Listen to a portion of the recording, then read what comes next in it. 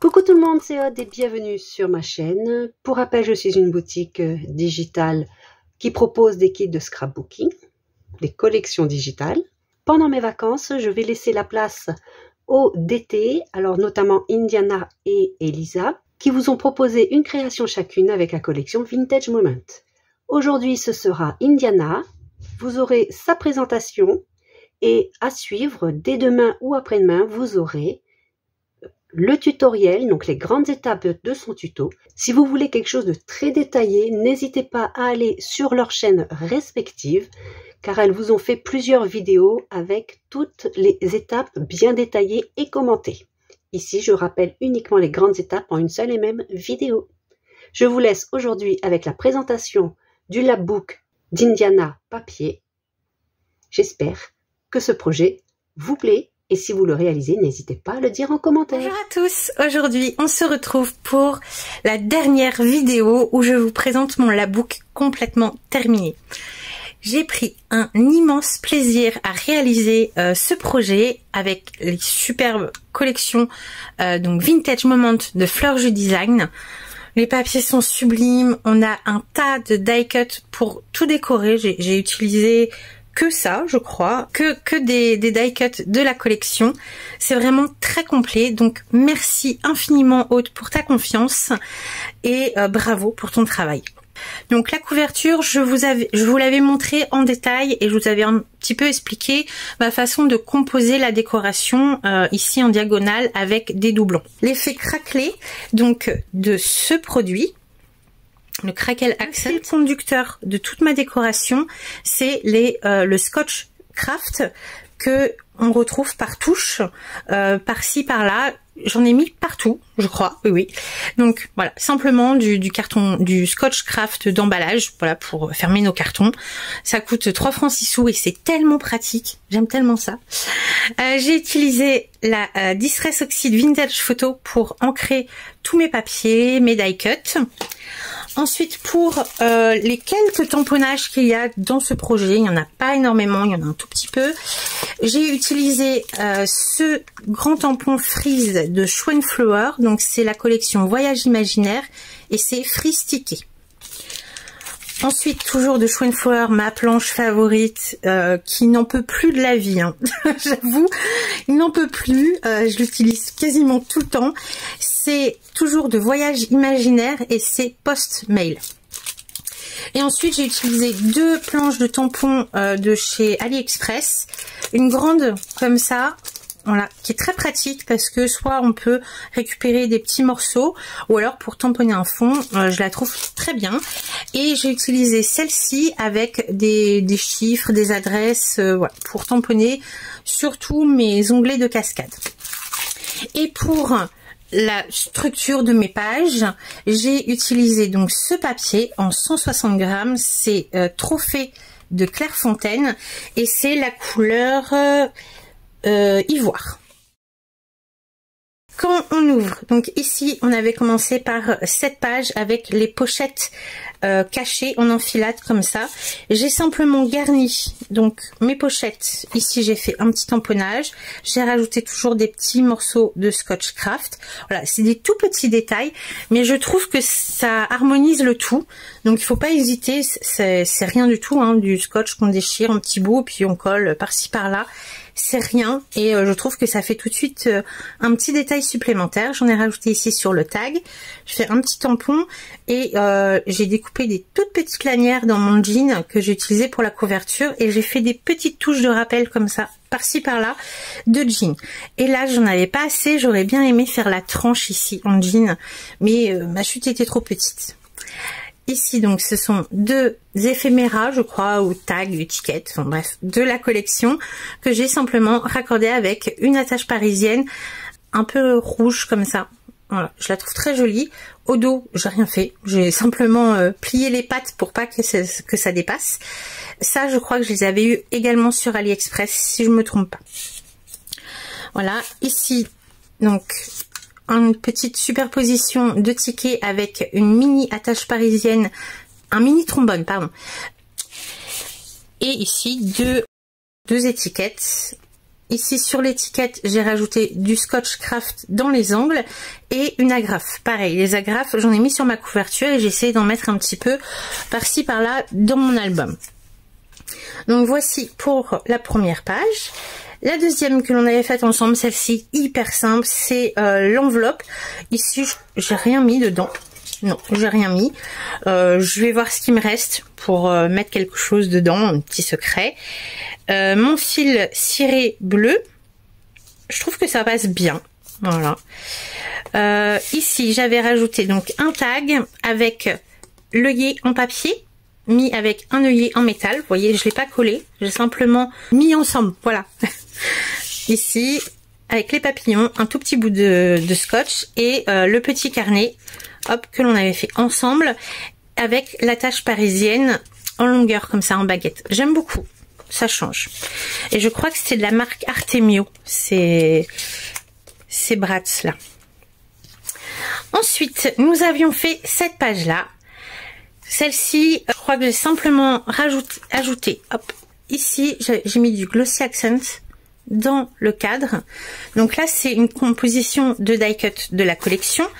On avait une étiquette avec la jolie citation dessus, un effet cadre en métal que j'ai collé par-dessus et j'ai comblé le creux avec du Glossy Accents.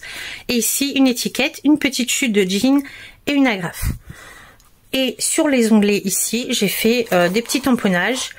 Alors, j'ai fait avec du texte, des chiffres et j'ai mis quelques petites taches et des oblitérations. Ici, un emplacement photo avec des chutes de papier. C'est vraiment ultra simple à faire. Je vais vous montrer rapidement. En imaginant que ça, c'est mon emplacement photo. Et bien, avec mes chutes de papier, donc vraiment des petites languettes. Hein, là, j'ai pris une chute beaucoup trop grande. Je positionne comme ça. Alors, en imaginant qu'elle est un peu plus fine, parce que là, ça va pas être folichon. Je place comme ça, je plie sur les côtés et je colle au dos. Voilà, c'est hyper simple et je trouve que ça fait une petite touche. Donc évidemment, c'est pas collé ici pour y glisser la photo, comme ceci, et là. Après, vous pouvez en mettre 2, 4, 3. Je trouve que c'est vraiment pas grand chose et ça utilise nos chutes et ça donne un petit détail supplémentaire. Ici, simplement le papier déco, trop beau.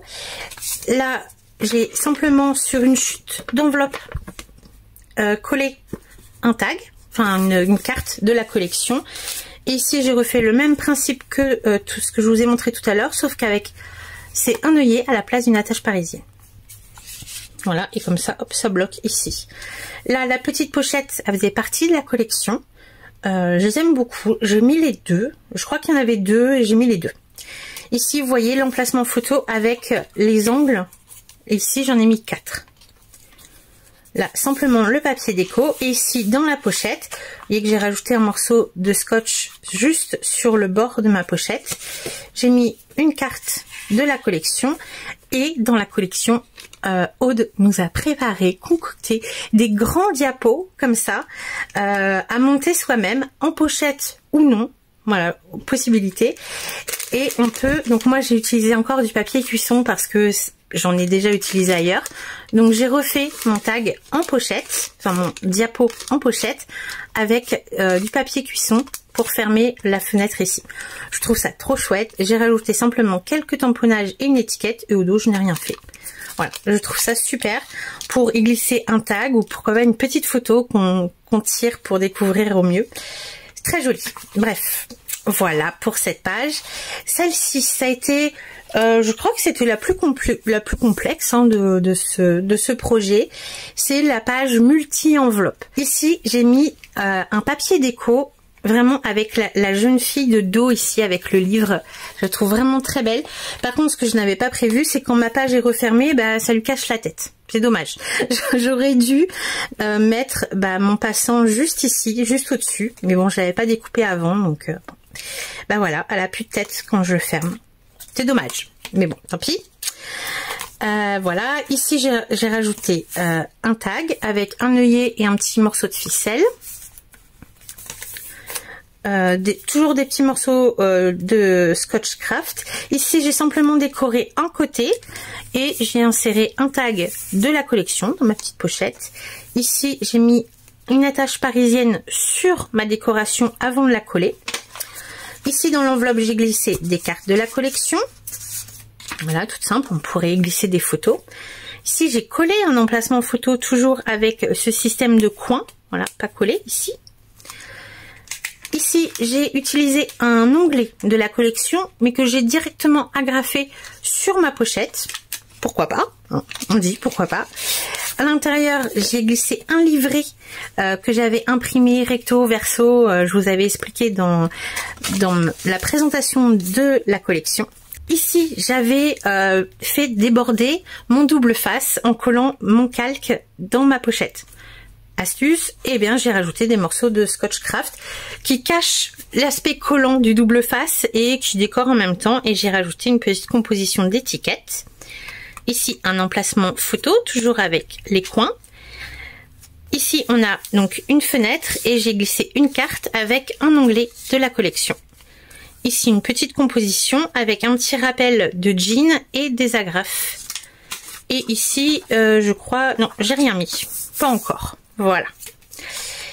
Donc voilà pour cette page. Ici, hop, je remets le passant. Et sur le passant, j'ai mis une petite médaille effet métal que j'avais passé du Crackle Accent dessus, mis avec un œillet en métal. Voilà. La page suivante, c'est celle-ci, qui demande un tout petit peu de précision pour la couture ici, mais comme je vous expliquais dans le tuto, il n'y a pas vraiment de technique. On peut très bien prévoir des petites languettes de relure et assembler nos pages comme ceci.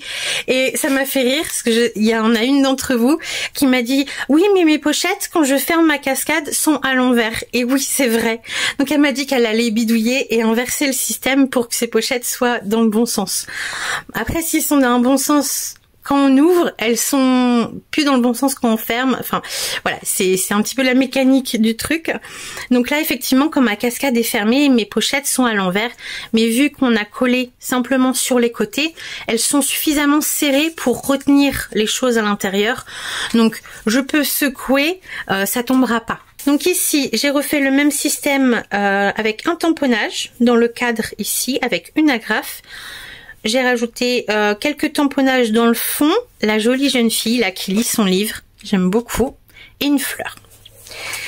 J'ai tamponné sur les onglets et puis j'ai fait des petites compositions. Alors là, je me suis amusée. De temps en temps, le soir, hop, je me faisais une petite composition sur ma pochette. J'ai simplement collé un emplacement photo ici, sans coin, pour changer. Là, dans la pochette, je n'ai rien mis. Là, j'ai mis une carte de la collection. J'ai utilisé les magnifiques die cut de la collection avec les objets anciens. Comme ça, je les trouve très très jolis. Encore un emplacement photo, cette fois-ci en mode paysage. Une pochette. Là, je n'ai rien fait. Je trouve que ça allège aussi un petit peu, hein, pourquoi pas. Ici, j'ai collé un papier déco sur ma pochette. Comme quoi, on peut faire différentes choses. Là, je n'avais rien fait du tout. Ici, une composition et une composition. Après, on mixte comme on veut.